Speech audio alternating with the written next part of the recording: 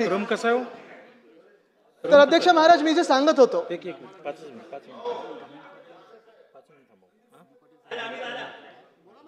नाही ते मागून येतात ना. बरं ठीक आहे, बोला बोला.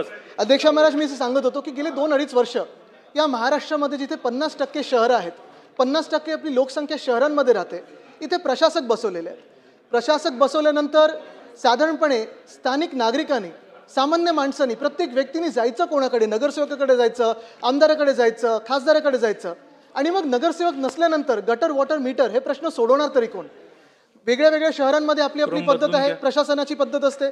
त्याच्यात तुम्ही वॉर्ड ऑफिसरकडे जाता, डीएमसी कडे जाता, एएमसी कडे जाता.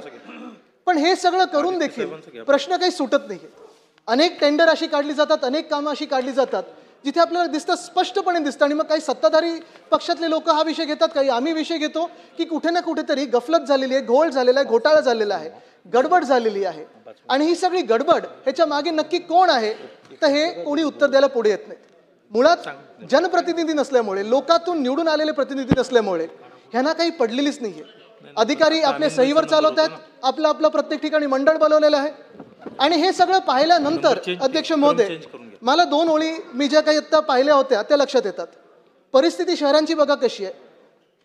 शेर मी बोलतोय, लोढा साहेब ऐकून घ्या.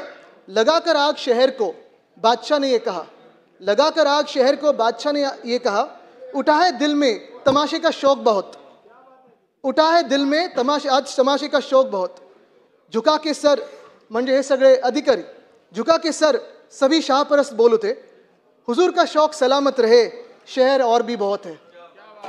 ही परिस्थिती अशी झाली अध्यक्ष महोदय. तुम्ही मग मुंबई घ्या, ठाणे घ्या, पुणे घ्या, नाशिक घ्या, नागपूर घ्या, कोल्हापूर घ्या, वसई विरार घ्या, सोलापूर घ्या, प्रत्येक शहरामध्ये आज प्रशासक बसवलेले आहेत. प्रत्येक शहरामध्ये ना सत्ताधारी पक्षाचं काही ऐकलं जातं, ना विरोधी पक्षाचं काही ऐकलं जातंय. आम्ही आमदार म्हणून कितीही जरी प्रस्ताव टाकले तरी अधिकाऱ्यांना जिथून आदेश येतात, ज्या दफ्तरातून आदेश येतात, ज्या नसत्या त्यांच्या समोर येतात, त्याच्यावरच तशी कारवाई केली जाते.